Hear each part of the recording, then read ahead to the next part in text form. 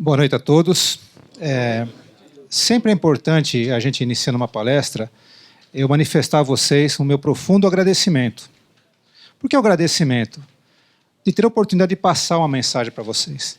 Eu acho que isso é uma das coisas mais importantes que um ser humano pode fazer, é passar as informações. Passar conceitos, passar ideias, compartilhar ideias. Meu objetivo nessa palestra é criar em vocês algumas inquietações, criar em vocês algumas reflexões. O tema central dessa palestra, basicamente, é relacionamentos. É aquilo que a gente faz no dia a dia, que nós vamos fazer até os últimos dias de nossas vidas. Então, para falar nesse tema, e eu quero trazer para dentro dessa palestra a espiritualidade, também eu vou me atrever a falar sobre isso.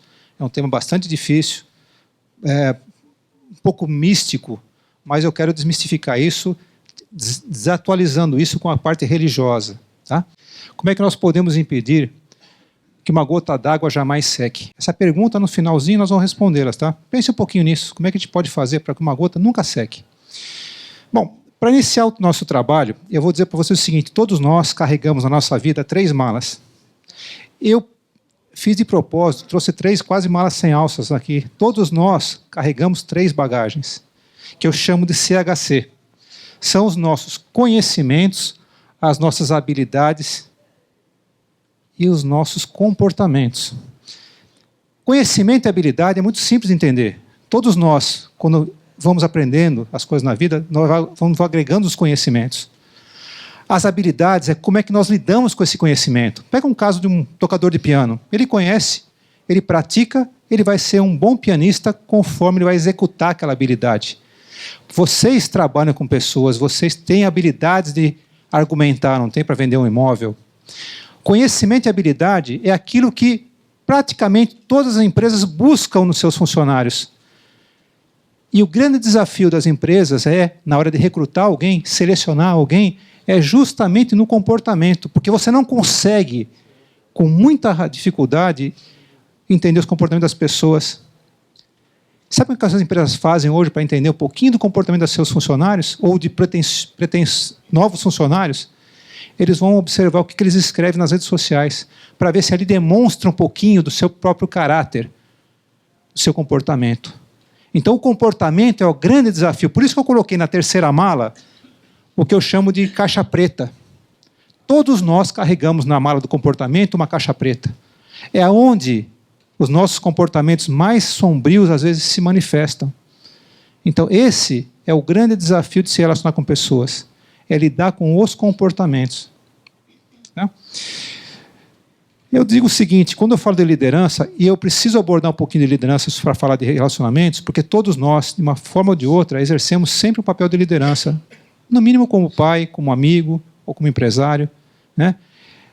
E a liderança só se manifesta praticamente no comportamento através dos relacionamentos.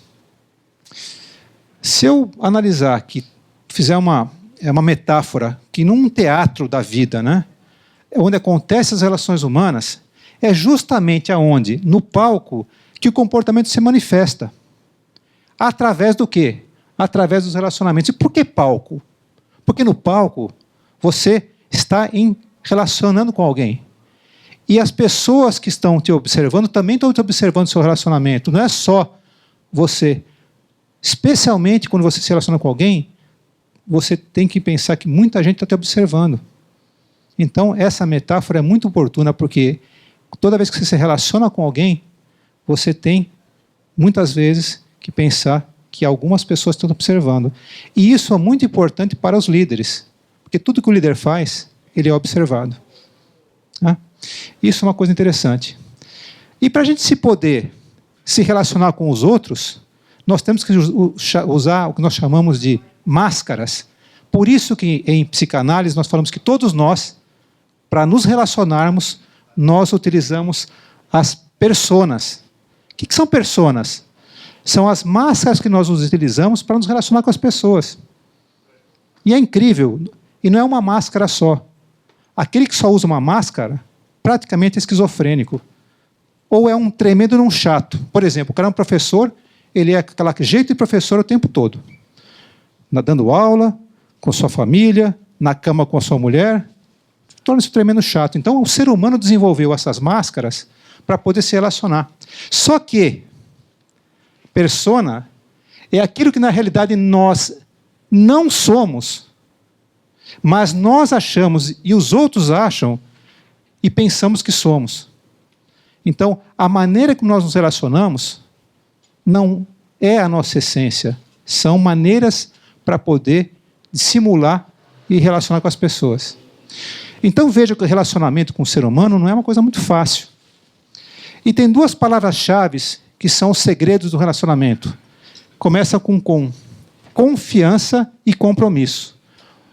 Para se relacionar com alguém, seja profissionalmente, pessoalmente, afetivamente, se não houver a confiança, que é aquela cola que gruda as pessoas, os relacionamentos, que faz com que realmente haja um relacionamento interpessoal definitivo, e o compromisso, que é o quê? É a longevidade.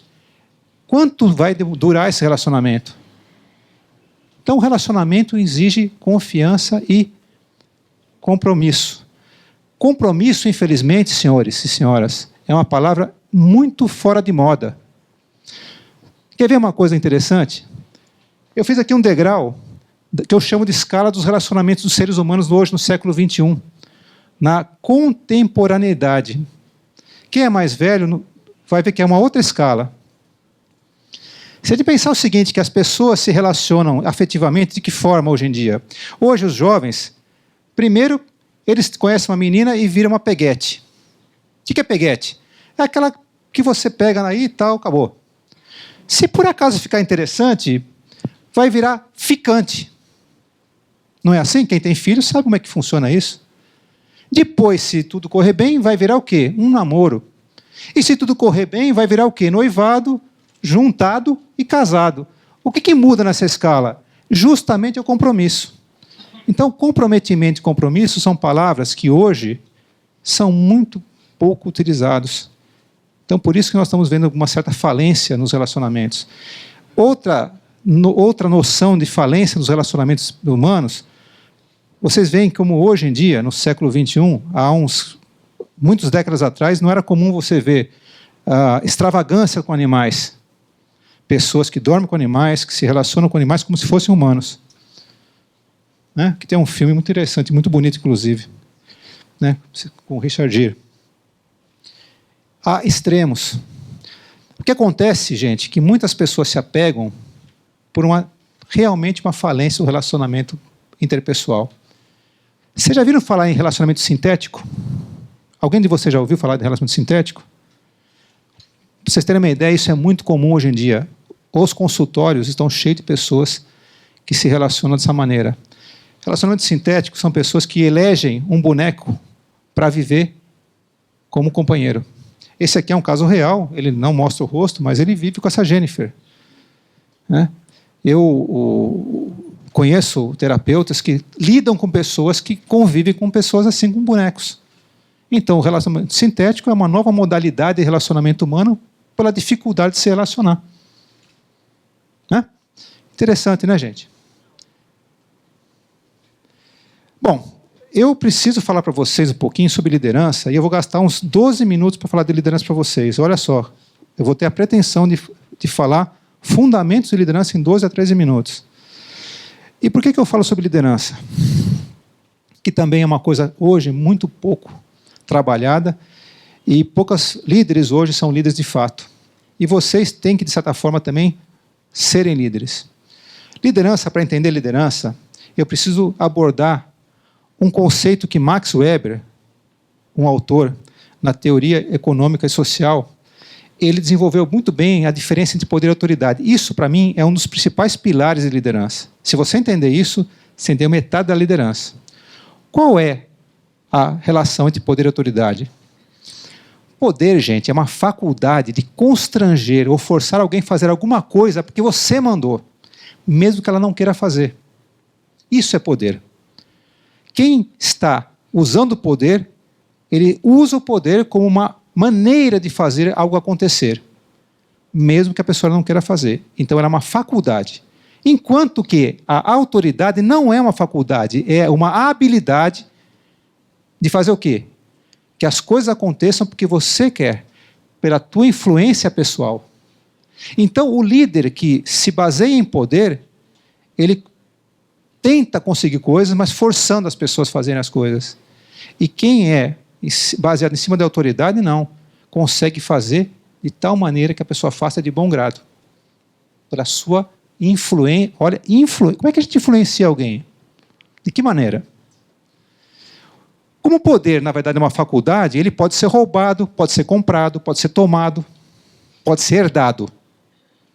Então, pessoas que ocupam um cargo de poder, muitas vezes têm essa maneira de conseguir o poder. Já a autoridade, como ela é uma habilidade, não, ela pode ser desenvolvida. E para isso, leva em consideração como você age, como você se comporta. Por isso que comportamento, aquele terceiro C do CHC, é o grande desafio da gente. Como se comporta as pessoas. E o segundo pilar da liderança é o que eu conceituo na palavra amor. E amor é uma palavra muito pouco entendida, porque, como vocês sabem, quando se desenvolve a palavra amor, muitas pessoas confundem amor com sentimento. Amor, traduzido, não é bem assim. Eu vou citar para vocês uma definição do Novo Testamento, que todos vocês conhecem, que é a Epístola aos Coríntios, capítulo 13, que fala sobre amor. Para mim, essa definição, ela praticamente é a definição mais perfeita da liderança que pode existir. Ela foi escrita 2000 anos atrás, e ele não trata do amor-sentimento. Quando esse texto canônico foi escrito por São Paulo, aliás, São Paulo é um exemplo claro de uma pessoa que foi um dos grandes inimigos de Jesus Cristo, depois se converteu e foi um dos grandes responsáveis pela Igreja Católica, por muitos textos canônicos que foi escrito por ele, e essa mensagem é fantástica. Ela é fantástica porque ela descreve o amor com características. Amor, para essa mensagem, é paciência, bondade, respeito, perdão, humildade. Se vocês analisarem o que é a definição de amor vinda dessa epístola, que foi traduzida pelos gregos, na verdade, do aramaico original, que era quando Jesus falava de amor, os gregos traduziram como ágape, com o verbo substantivo agapao. Tem várias palavras em grego que falam sobre amor, sentimento, né? Storché, philos, mas muitas pessoas interpretaram de maneira errada essa palavra quando foi traduzido nos textos canônicos. Mas a verdade é que essa é a definição de amor, e nenhuma dessas palavras são sentimentos? Não. Tudo que está aqui escrito é comportamento. Então, se eu entender essa epístola aos Coríntios, que define amor, eu sei como que o líder tem que se manifestar e tem que se comportar para poder ser um bom líder. São comportamentos. Uma outra coisa importante na área de relacionamentos, isso é uma coisa que nós fazemos com muita frequência. Nós criamos muitas expectativas com as pessoas. Vocês sabem que a expectativa, se eu considerar isso uma linha reta e colocar a realidade, quanto mais distante for a expectativa da realidade, o que acontece, pessoal? Maior é o quê?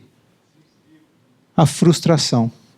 Toda vez que você trabalhar, você criar expectativa nas pessoas, não esqueçam que quanto mais tempo você demorar para mostrar a realidade, maior vai ser o grau de frustração. Mais distante fica a realidade disso. E qual é o problema da frustração? O problema é que aí sim começa a entrar na área já da espiritualidade. Toda frustração gera um sentimento, uma emoção, e isso pode causar uma sintomatologia muito comum nas pessoas, que são as famosas ansiedades, estresse, melancolia, depressão. As pessoas têm, quando criam expectativas, ficam com aquela coisa de não aconteceu ainda, e aí cria o quê? Aqueles sentimentos, e pode levar a essa sintomatologia. Por isso que evitem criar expectativas que são desalinhadas com a realidade. E isso nos relacionamentos são terríveis. Seja pessoal, profissional, Isso realmente é uma coisa que é muito comum, né? E quando você conhece realmente as pessoas, quando que você diz assim, ó, agora eu conheço essa pessoa? Quando? Justamente nas crises e conflitos. É como diz na gíria, né? O bom marinheiro você conhece na tempestade. Então, o comportamento real da pessoa, ela se manifesta muito nas crises. Ali que a gente conhece realmente com quem nós lidamos. Eu vou entrar agora, pessoal, na parte espiritual, espiritualidade, mas eu vou trazer para vocês um trabalho interessante. Se alguém de vocês não conhece, alguém já leu esse livro? O Verdadeiro Poder da Água? Alguém já leu? Não. Masaru Emoto faleceu há 2 anos atrás. É um cientista japonês que fez um trabalho interessantíssimo. Eu acho que vocês vão gostar desse trabalho. Ele mostrou o seguinte, que a água tem poder. Todos os pensamentos, palavras, sons, até mesmo o que nós pensamos, escrevemos e sentimos, é capaz de modificar a molécula de água. Ele mostrou que sentimento muda a matéria. E provou isso. De que forma que ele fez isso? Tudo que se pensa, fala, deseja e se escreve, carrega o quê? Energia. E essa energia é capaz de mudar a estrutura molecular da água. Olha que interessante. Como é que ele fez isso? Ele colocou várias amostras de água sujeitas a, por exemplo, uma oração e um heavy metal. Colocou a palavra amor e colocou ódio. Pessoas orando e pessoas gritando. E foi fotografando as moléculas de água congeladas, a água, e foi olhando isso no... Foi colocado isso nos microscópios eletrônicos. Após algum tempo, essa água era congelada e feito então as fotos. Aqui é uma molécula de água após uma oração. A mesma molécula de água antes da oração. Expôs praticamente antes e depois a mesma amostra de água. Isso fez repetições de várias maneiras. Esse trabalho é científico. Ao som de uma melodia de Bach, a mesma água sobre uma molécula com efeito do heavy metal. A mesma molécula. Olha o arranjo molecular da água. Imagine se fosse um pagode, hein? Palavras, as pessoas simplesmente chegando para a amostra de água e fazendo uma ameaça de morte. Só de falar a amostra da água, a molécula. E o muito obrigado, isso em várias línguas, japonês, inglês, todas as línguas. Olha como é que ela ficou. Não só falando, como escrevendo em volta do recipiente, muito obrigado e ódio, guerra, fotografava a mesma amostra de água, com essa conotação. Paz, compaixão. Colocou arroz cozido com a palavra muito obrigado e seu tolo, após um mês. Esse trabalho é muito interessante, gente. Esse trabalho é a prova científica que tudo que nós pensamos, desejamos, escrevemos e falamos, é capaz de modificar a molécula de água do nosso corpo e do corpo das pessoas com quem nós nos relacionamos. Se nós temos nosso corpo praticamente quase todo é água, você imagina o que nossos pensamentos podem fazer com a nossa estrutura molecular. Hã? Se for positivo ou negativo. Além disso, a palavra, como vocês estão vendo, a palavra, a oração, a retórica, ela tem poder também no seu conteúdo. Além da energia. Por que do conteúdo? Vocês lembram dessa figura aqui? Alguns de vocês talvez lembrem da eleição de 2002, na época do Lula. E esse candidato aqui estava muito bem cotado para ganhar a eleição, Ciro Gomes. E ele estava subindo nas pesquisas. E num Roda Viva, uma repórter perguntou para ele qual era o papel da sua esposa, Patrícia Pilar, na tua campanha. Ele respondeu, dormir comigo. Depois deu uma risadinha e tentou disfarçar. Então, veja que não só a energia das palavras tem força, como o conteúdo. Daquela entrevista para frente, ele começou a cair e ficou praticamente ignorado na eleição. Então, gente, Se vocês realmente tiverem a consciência do que vocês estão falando, pensando, vai realmente modificar a sua energia e a sua matéria. Isso é espiritualidade também. Um outro trabalho científico para mostrar para vocês como é interessante essa questão da energia é um trabalho desse cientista, Greg Braden. Ele mostrou que o nosso DNA do nosso corpo, ele modifica em função das energias dos nossos pensamentos.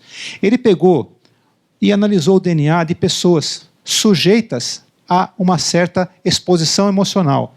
Ele pegou amostras, isso aqui foi um experimento, tirou uma amostra do DNA da pessoa e colocou para os investigadores observarem isso em microscópios eletrônicos. E, quando essa pessoa doadora tinha uma emoção positiva,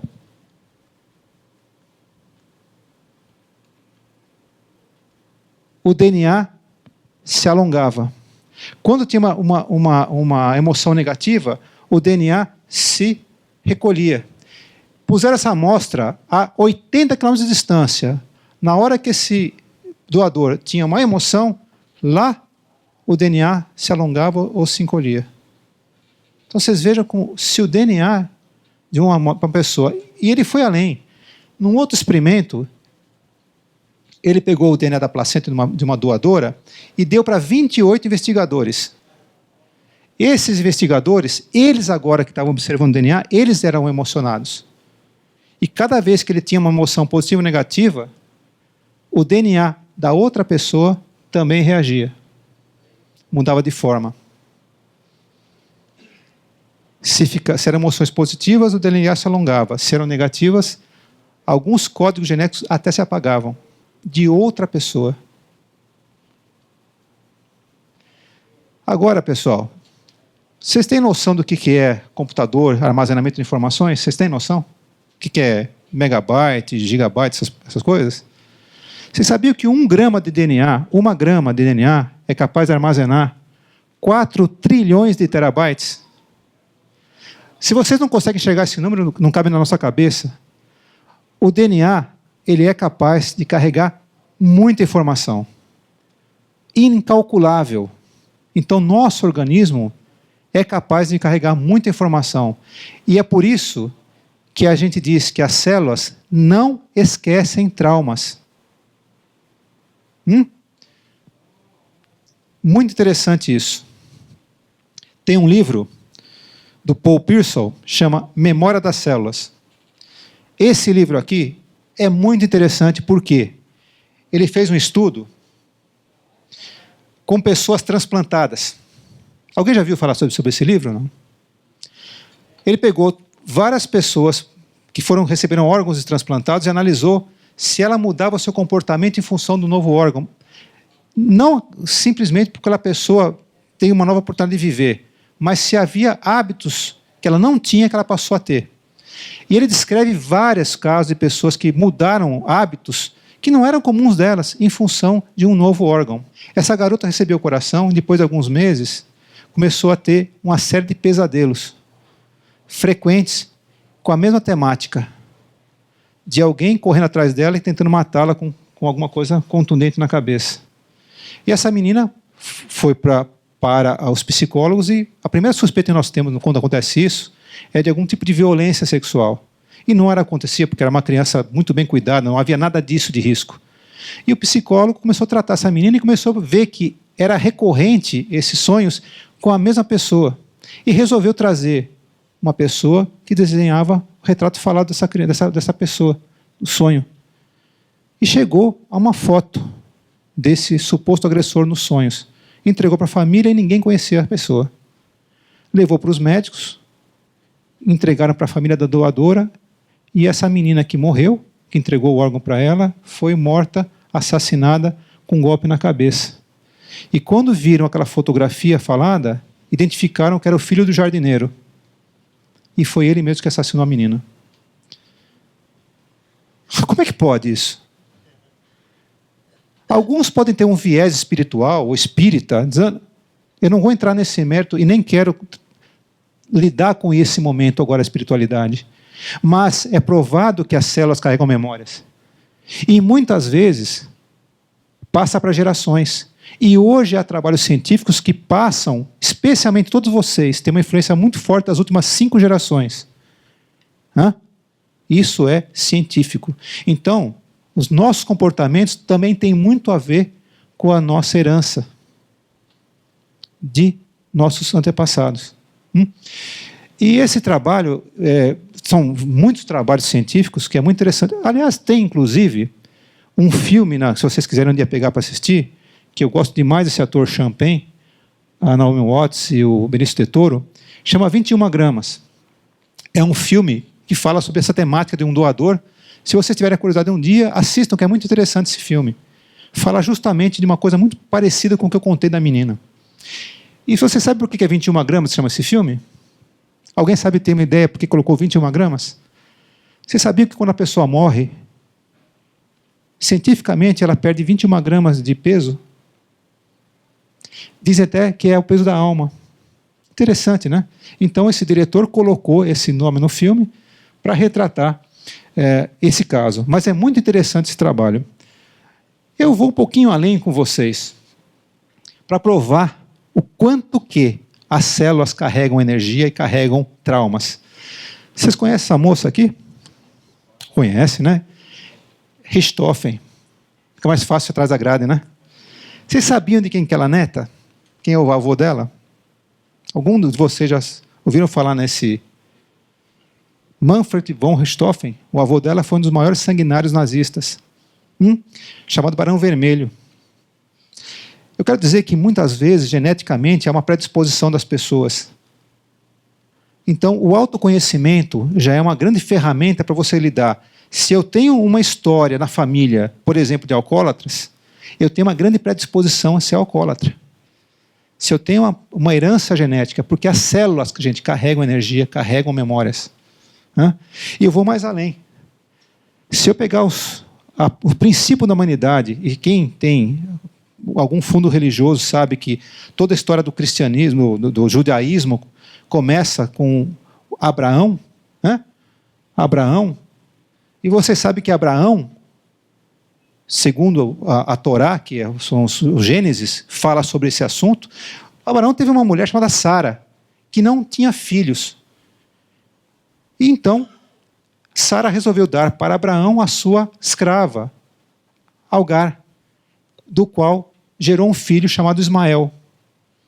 E depois de algum tempo, Deus supostamente deu para Sara conceber uma criança que foi chamada Isaac, quando já Ismael já era um menino.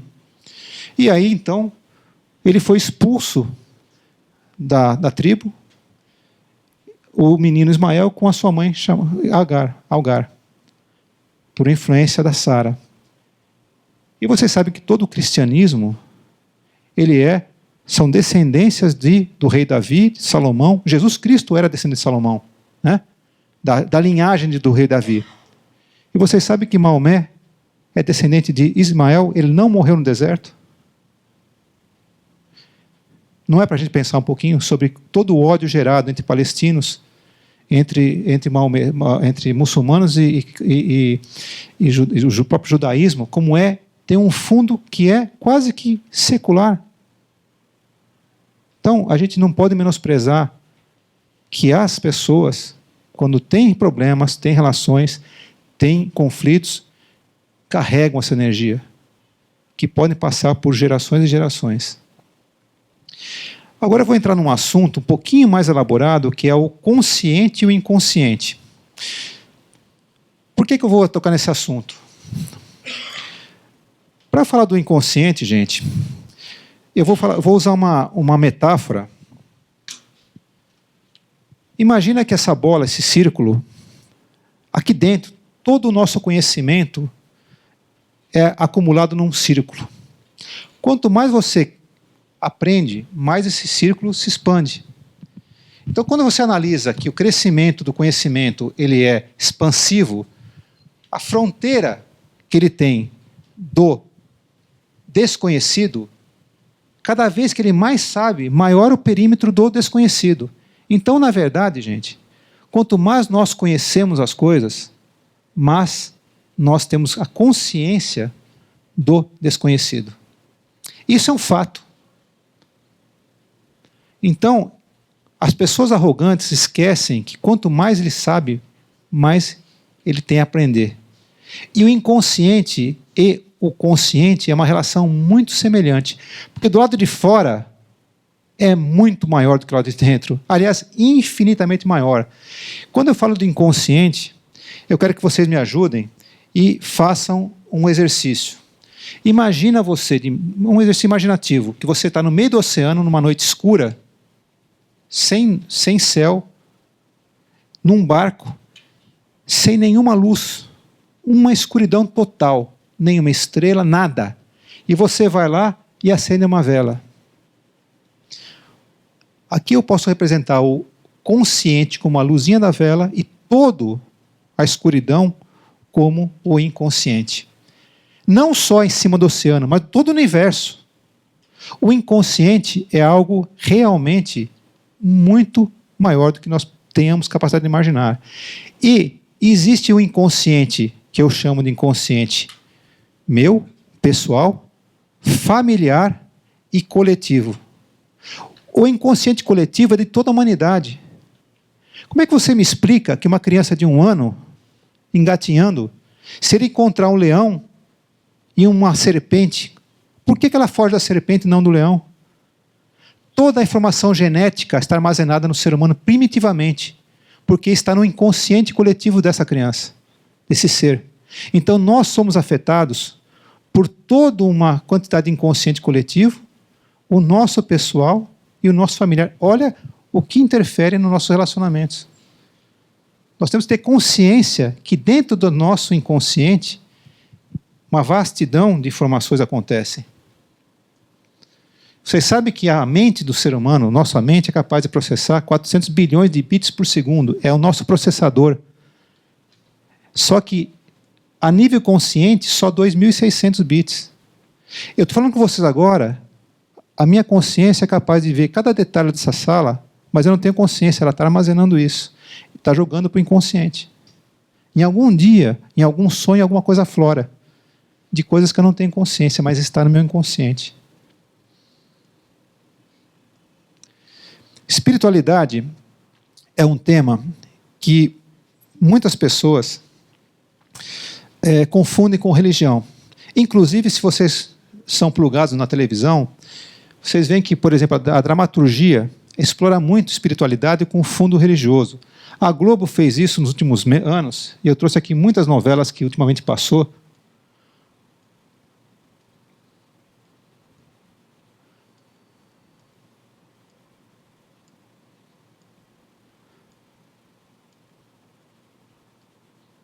Essa aqui foi a última, Além do Tempo. Então vocês veem que é um tipo de modismo que está sendo explorado, mostrando que há uma outra dimensão que a gente tem que se relacionar. As novelas ou a dramaturgia traz para a gente um pouco disso, de que você faz agora, ou para alguém, reflete e tal, mas eu quero deslocar isso de cunho religioso. Porque o que eu provei para vocês, naqueles 2 trabalhos científicos, é que tudo que a gente pensa, fala e deseja, a gente provoca mudanças na matéria e no nosso DNA. Então, tem influência muito com as pessoas com que nós convivemos. E a espiritualidade, buscando um lado da religião e um lado da ciência, se a gente pegar aqui o Dalai Lama, ele fala que a espiritualidade é aquilo que transforma o teu interior. Ele fala que a religião, ela pode nos passar um pouquinho de espiritualidade, e passa mesmo. Mas não, se não nos transformar por dentro, não faz o menor sentido. Então, olha que coisa profunda que o Dalai Lama fala. E um cientista que já faleceu há muitos anos, Carl Sagan, falava assim, que a ciência não só é compatível com a espiritualidade, como é uma profunda fonte de espiritualidade. Que interessante, né?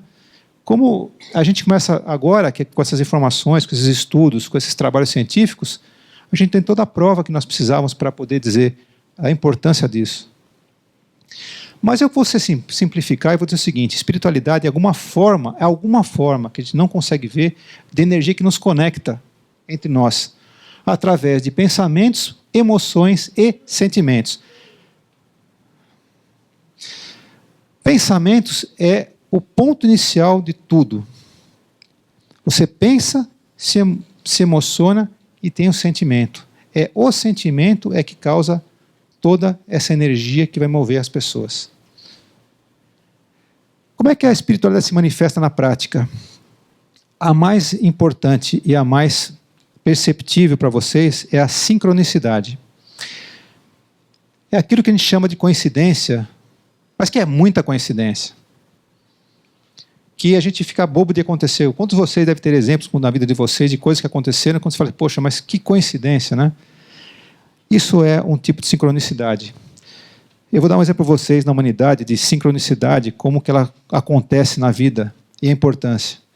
Todos vocês conhecem a penicilina. Sabe que ela foi inventada, foi desenvolvida em 1928. E graças à penicilina, muitas pessoas conseguiram sobreviver a grandes infecções no século XX e até hoje. Você sabe como que ela foi descoberta? Tem ideia? Alguém conhece a história da penicilina? É uma história de pura sincronicidade. 2 cientistas que nunca se conheceram, chamados Latouche e Fleming.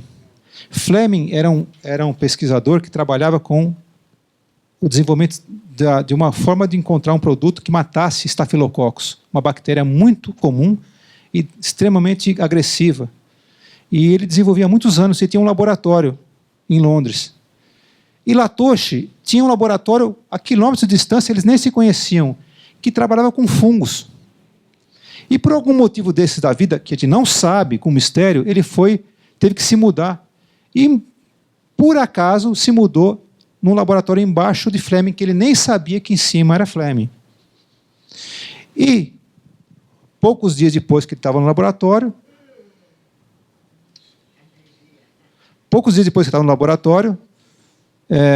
houve um período de férias. Fleming deixou apenas uma placa de Petri aberta, porque você sabe que no laboratório você deixa tudo fechado. Ele largou uma plaquinha de Petri aberta com estafilococcus. E houve uma ventania e os esporos dos fungos que Latouche trabalhava saíram pela janela e foram para o laboratório de Fleming.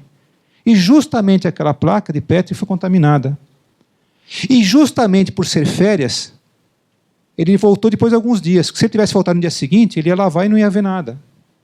E quando ele voltou, ele viu que o fungo do penicillium tinha matado os estafilococcus. Isso é sincronicidade. Quando acontece algo para o bem de alguma coisa. Há casos de encontros e desencontros que levou você a mudar a tua vida. Isso é uma sincronicidade. Isso é uma forma de energia que você, de alguma forma, acessou, ou alguém acessou que te provocou aquela situação. Né? Há um caso muito interessante também do Gandhi. Poucos sabem que Gandhi, todos sabem que é a história de Gandhi, lógico, né? Que ele conseguiu a libertação dos ingleses da colonização na Índia só com não violência. E ele só conseguiu por quê? Porque ele fez jejuns severos, quase morreu e sensibilizou toda a comunidade. Mas poucos sabem, quando ele tinha 12 anos, ele foi acometido de algum mal-estar, que ele quase morreu por 3 vezes por não conseguir se alimentar. Você imagina que isso pode ter sido uma sincronicidade atemporal, que ele foi preparado para poder suportar aqueles severos. Então a sincronicidade não tem tempo e espaço. Para a espiritualidade não existe tempo e espaço. As coisas acontecem. Outras manifestações. Jorei, o reiki. Alguém já ouviu falar de reiki? A imposição das mãos para estabilização e cura das pessoas. Constelação familiar e empresarial. Constelação familiar e empresarial vai buscar nos seus ascendentes, nos seus antepassados, problemas de relacionamentos que te bloqueiam hoje. E isso é tão interessante. Microfisioterapia, antroposofia. Isso aqui é o reiki. Eu sou reikiano, eu faço reiki. E eu já vi grandes resultados com o reiki. O próprio Joreiki da igreja messiânica, a pessoa faz uma energização, é uma canalização de energia. A gente mentaliza alguns símbolos e aplica nas pessoas. Você pode ser cético, mas conforme a gente vai passando a vida, a gente vai repensando nossos pensamentos. Laços de Família, essa revista Bons Frutos, fala sobre essa constelação familiar. Microfisioterapia é um tipo de fisioterapia que a pessoa só põe a mão em você em pequenos toques e desabilita alguns traumas que você carrega. Dessa forma aqui, ó, só assim. Eu conheço pessoas que fazem, no dia seguinte não conseguem nem andar. De alguma forma, os traumas ficam impregnados na pessoa. Sonhos, uma terapia chamada crânio sacral, radiestesia, feng shui, astrologia, numerologia, e por aí vai. São formas, manifestações da espiritualidade. Radiestesia, inclusive, todos vocês já viram essas figuras da pessoa com uma varinha, encontrando água. É uma forma que a energia mexe com a matéria. E, de fato, é verdade. Quem trabalha com isso consegue buscar água. Então, são coisas que não se explicam, mas existe essa radiação, né? Vocês conhecem essa figura que já faleceu, né? Steve Jobs conseguiu desenvolver o iPhone. Vocês sabem como? Depois que ele fez um retiro espiritual de algumas semanas no mosteiro. Lá, na sua reclusão, ele conseguiu criar esse famoso iPhone e todos os mais. Por que isso é possível? Quando você vai para uma reclusão interna, você vai buscar as respostas em algum lugar. E quando você consegue ficar calmo, você fica criativo. E foi assim que ele conseguiu. Esse cientista alemão, soviético, alguém já ouviu falar nele? Mendeleev foi um dos que publicaram pela primeira vez a tabela periódica dos elementos químicos, ao mesmo tempo que um cientista alemão, Mayer, publicou. Sabe como que ele publicou isso? Ele teve um sonho, e nesse sonho ele conseguiu ter a visão da tabela periódica.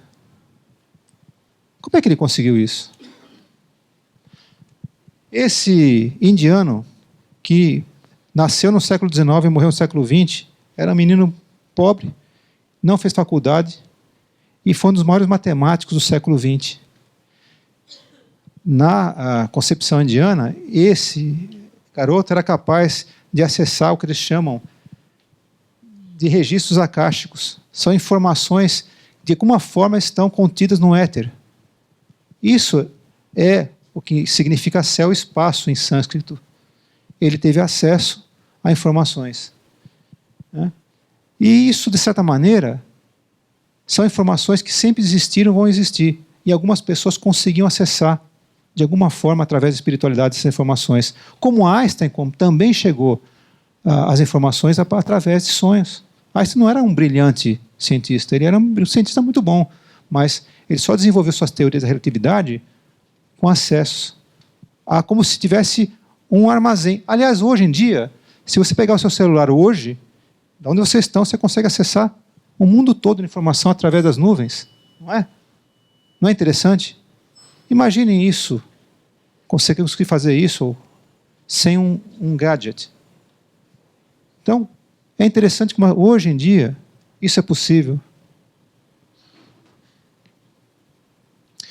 Outra forma de manifestações da espiritualidade são os oráculos. Muita gente busca os oráculos para conseguir respostas, né? Como o tarô, o I Ching, folhas de coca, búzios, enfim. O próprio tarô é uma coisa secular. É uma jornada espiritual, que são 22 cartas chamadas arcanos maiores, em que a pessoa, quando joga com alguém que é realmente sério, consegue avaliar a energia daquela pessoa. Não estou falando de prever futuro, pessoal. Nada disso. Não é esse o finalidade de um oráculo, né? O I Ching tem mais de 2000 anos e funciona impressionantemente bem para quem sabe usar. Alguém já ouviu falar de Ho Oponopono? Se vocês não ouviram falar, talvez vocês já ouviram falar desse livro aqui, ó, Limite Zero. Joe Vitale, ele é muito famoso nos Estados Unidos, é conferencista, ele é um dos maiores vendedores de livros nos Estados Unidos. Ele conta a história de um médico havaiano, Dr.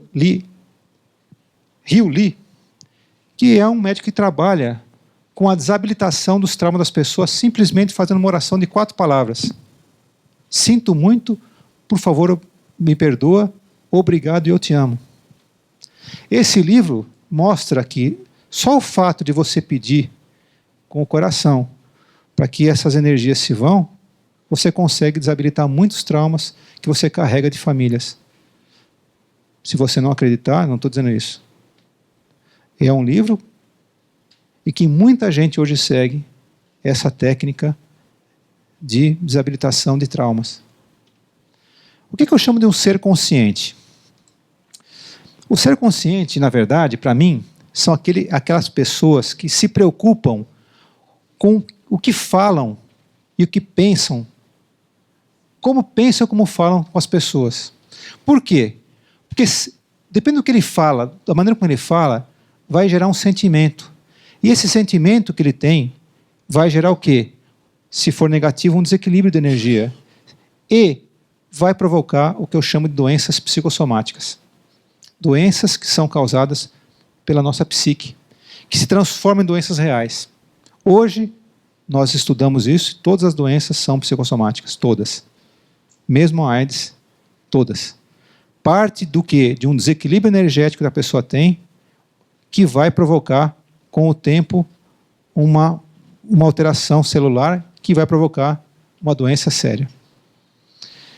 Muitas vezes as pessoas buscam terapia através das drogas para tentar resolver um problema. Vocês conhecem esse produto aqui, Ritalina? Alguém já ouviu falar de Ritalina? Algum de vocês toma Ritalina? Ritalina hoje é muito usado pelos psiquiatras, inclusive em jovens. Mas vocês sabem qual que é a diferença de Ritalina e cocaína? É apenas um radical. Então, hoje, essas drogas é chamado de cocaína legalizada. Hoje, jovens estão usando esses remédios para poder se concentrar, porque a cocaína é um estimulante, só que depois deprime. Para vocês terem uma ideia, no ano de 2014, se venderam 4 milhões de caixas de Ritalina no Brasil. Então, hoje, para conter emoções, as pessoas estão correndo para o Dr. Prozac, Dr. Rivotril, Dr. Lexotan, todas. Por quê? Para manter a emoção. E as doenças psicossomáticas são desencadeadas todas por emoção e sentimento. Ou seja, toda doença, no fundo, é psicossomática. Se você não cuidar do seu sentimento, da sua emoção, você pode causar uma doença em si própria. Por quê? Porque quando a pessoa está com essa emoção, ela vai baixar a sua imunidade. Baixou a imunidade, é a vida entrada das doenças. Como é que acontece isso na prática? Vocês sabem que nós temos um órgão, é coisa de Deus mesmo, né? De 4 gramas, chamado hipotálamo. O hipotálamo é uma pequena glândula no cérebro que pesa 1.200 gramas, apenas de 4 gramas.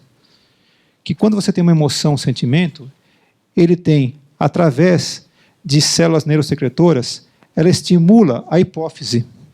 E, por sua vez, a hipófise estimulada segrega uma série de substâncias diferentes que provocam as nossas emoções e sensações, que fazem com que haja equilíbrio ou desequilíbrio no organismo. É como se houvesse um maestro, que, dependendo do instrumento lá, vai sair um som perfeito ou imperfeito. Nosso organismo é uma perfeita máquina, regida por quem? Pelos nossos pensamentos, que provocam sentimentos e provocam emoções. Então, tudo começa através do quê? Do pensamento. A revista Nature mostrou recentemente agora que todo o nosso cérebro está ligado diretamente ao sistema imunológico, ou seja, os nossos sentimentos, hoje é provado que mexe com a imunologia do nosso corpo.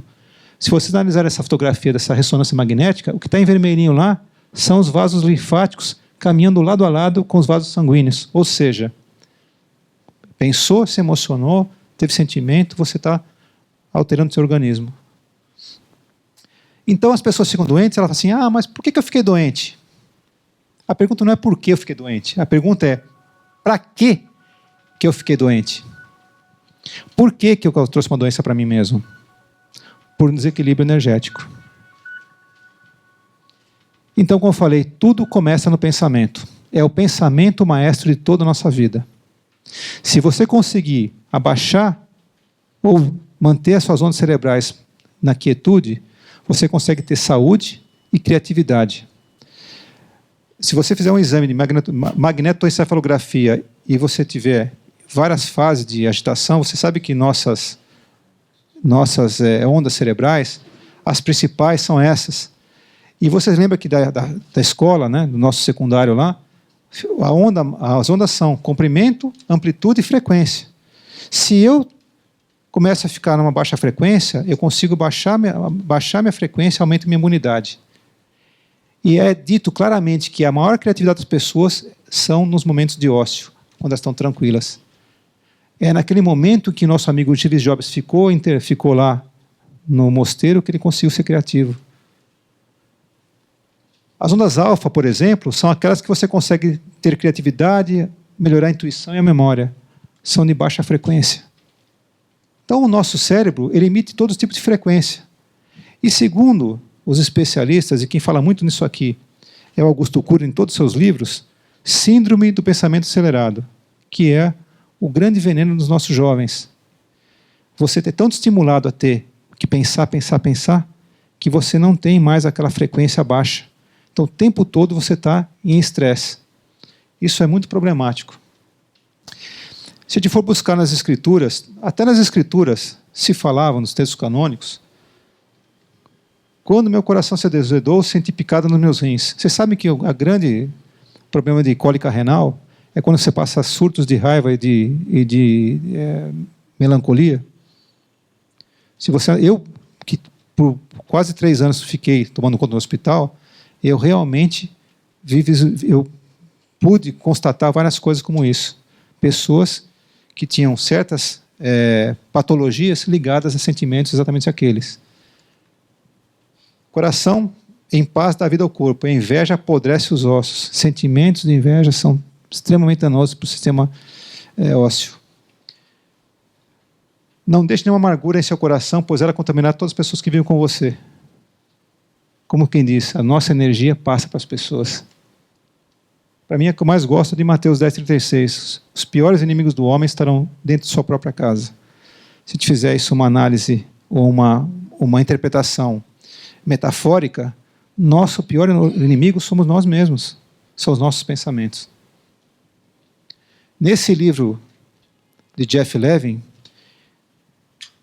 é um estudo com pessoas nos Estados Unidos e provou que nesse livro provou estatisticamente que todas as pessoas que têm fé, de alguma forma, vivem mais e adoecem menos. Isso aqui é uma estatística. Independente se é a religião, só da pessoa ter uma crença, elas vivem mais e adoecem menos.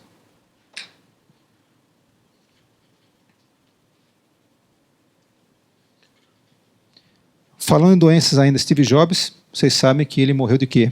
Câncer no pâncreas. Ele teve grandes desafetos. Ele tinha raivas homéricas e ele transformou tudo isso numa energia e teve um belo de um câncer, né, hepático. Hepático não, no pâncreas. Eu vou contar para vocês uma história de uma menina de 10 anos que era nossa paciente no hospital que eu tomava conta. Essa garota de 10 anos chegou no hospital mal. Nós não descobrimos que ela tinha. Ela estava simplesmente dizendo assim para a gente: eu quero morrer, eu não quero viver. 10 anos.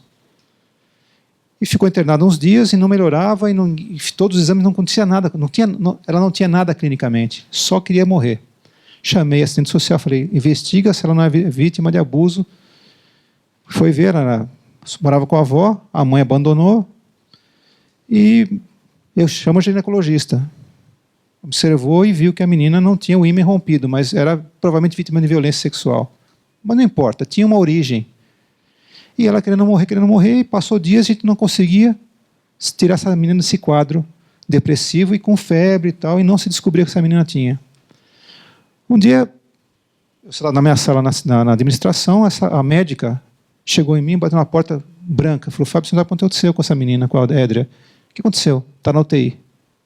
Eu fui passar a visita E ela me perguntou, doutora Mariana, eu já morri? Falou, não, Édria, você está respirando, filha. Quem respira não morre. Ela saiu do quarto da menina, essa garota teve uma parada respiratória. Parou de respirar. Como era um quarto coletivo, a pessoa do lado viu que ela ficou desfalecida, chamou a enfermeira, viu que ela fizemos uma traqueostomia para poder respirar para a UTI. Bom, já deu dano cerebral, ela ficou 10 minutos sem respirar. Fizemos a traqueostomia e vimos o seguinte, que ela, conforme ela mexia o corpo, parava de respirar. Mexia, voltava. Fizemos todos os exames, tomografia e nada. Aí eu resolvi pagar uma ressonância fora do hospital, pus ela numa ambulância, uma UTI móvel, levei para um hospital, fiz a ressonância e veio na ressonância uma coisa incrível, gente. Aqui na base da nuca tinha um pequeno derrame. O derrame do tamanho de uma ponta de alfinete. Justamente no lugar, no sistema nervoso, que está ligado ao diafragma. É como se ela tivesse criado um mecanismo inconsciente de desligar a respiração através. Não é uma coisa incrível? Eu conto isso com uma tristeza no coração. Talvez todo o propósito do meu trabalho esteja baseado, muitas vezes, no que eu mostro dessa menina. O nosso desejo, a nossa vontade, ela transcende e ela é um tremendo mistério. Infelizmente, essa menina acabou indo para Ribeirão Preto, para um hospital pediátrico. Nós não tínhamos a UTI pediátrica e resolveram fazer uma cirurgia. Ela acabou ficando tetraplégica e em coma até hoje, né? Então, eu pergunto, qual é o propósito disso? Eu não sei. Mas eu posso dizer para vocês o seguinte, que pela minha vida e pela minha experiência, todo o que é emocional, todo fundo emocional pode trazer doenças, depende de como você lida com isso. Bom, para finalizar, eu queria trazer para vocês o seguinte. Eu creio e acredito muito que todos nós temos uma missão pessoal. Em algum momento essa missão vai florescer. E qual é a missão pessoal de cada um? Eu gosto muito da palavra em inglês, legacy, legado. O legado de cada um. Qual é o legado de cada um? Eu vou responder essa pergunta com um ser que viveu no século XII, chamado Moisés Maimonides. Maimonides era um médico e um filósofo que viveu na região da Judéia, por volta do ano de 1200. E ele falava uma coisa interessante. Ele falava assim, que o corpo e a alma são instâncias que estão sempre em equilíbrios e são interdependentes. E a doença, ela vem com uma ruptura desse equilíbrio, mente e corpo. Olha que interessante. E ele falou o seguinte, que a melhor coisa que um ser humano pode fazer, como legado, é praticar a caridade. Ele falava exatamente isso, caridade. E ele não só falava e sustentava isso, como ele criou uma escada de caridade. Se você for um pouquinho além, dá, mas não aquilo que você deveria dar. Já é um pouquinho coisa a mais. Ainda mais um pouco. Dar depois que alguém te pede. É uma caridade também. Um pouquinho mais elaborado é dar antes que te peçam. Ainda mais, dar para pessoas que nós não conhecemos. É mais elaborado ainda. Mas que elas sabem que você está dando. Dar para quem nós não conhecemos, mas elas sabem que você está fazendo um agrado. Dar secretamente para aquelas pessoas que nós conhecemos. Dar secretamente a quem nós não conhecemos. Olha como ele abordou a caridade. E, por fim, ele coloca que a maior caridade que um ser humano pode fazer é ajudar a pessoa a se ajudar. Eu acredito piamente que um grande legado da gente no mundo é praticar, de certa maneira, formas de caridade. Ajudar as pessoas, mas não dá, como dizia na Bíblia, não dá o peixe, dá a vara, né? Ensina a pescar. Acho que se cada um de vocês, na vida de vocês, desenvolverem um pouquinho desse raciocínio, talvez vocês vão ter uma certa paz. E quando eu perguntei para vocês no início da apresentação, como é que eu posso impedir que uma água jamais seque? Se vocês entenderem um pouquinho de espiritualidade, a resposta é muito simples e muito óbvia.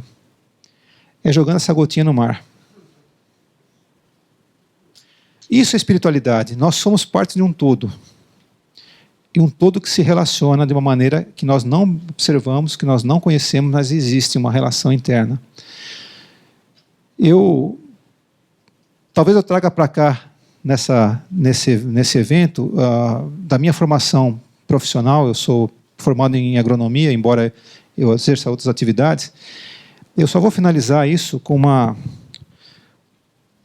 O que eu estou fazendo aqui com vocês, e vocês fazem no dia a dia, é como você pegar uma semente e jogar. Lança sementes. O que acontece quando você joga uma semente? Só pode acontecer 3 coisas. 3. Ou ela germina, ou ela morre, ou ela... Não, germina e nasce, né? Ou ela morre, ou ela fica em dormência. A semente dormente, ela pode um dia germinar. Pode ser que ela não germine. A que nasce pode nascer e morrer. Isso são um monte de ideias que você joga. Talvez a semente fique em dormência. E como é que você quebra a dormência numa semente? Algumas sementes você precisa de uma pedra para quebrar. Precisa bater até quebrar. Outras precisam de fogo. Outras precisam de frio.